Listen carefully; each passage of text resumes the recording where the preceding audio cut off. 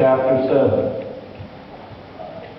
still he feels that he needs to speak directly to one of the two groups. And so now in chapter 7, who is he pointing his message to?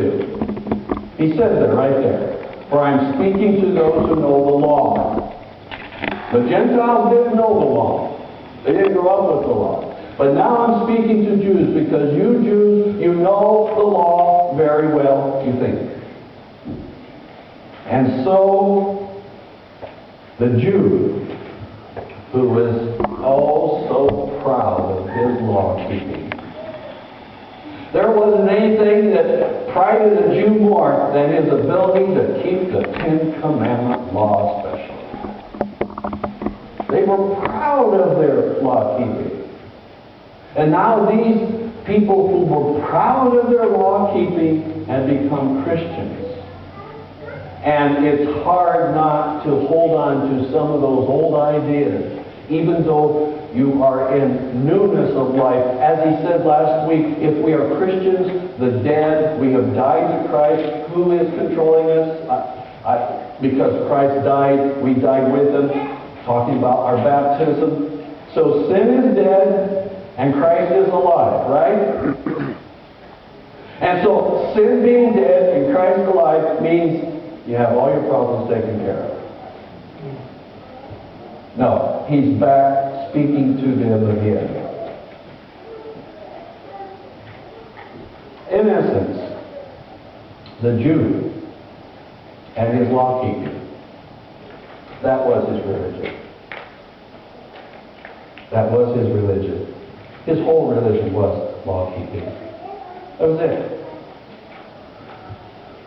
And so for Paul to say, as he's just said, he's repeated it several times in chapter 6. For Paul to say you are not under law but under grace. My, this would still upset a Jew. It would make them so upset. What do you mean we're not under law? Who gave the law in the first place?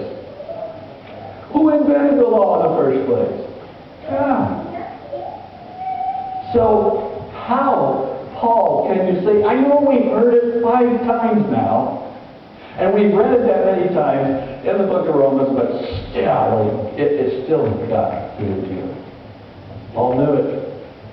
And so this is why he labors the point, and he's going to go over it again. Chapter 7 is especially to his people.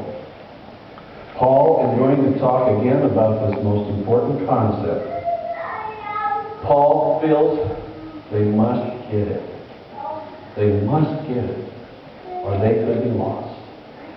They could be lost in their very law-keeping. They could be lost in their very religion.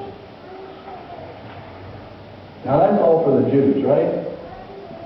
That has no effect on us today. What are Seventh-day Adventists known for? What do we uphold in this discussion? The law. And especially we uphold number what?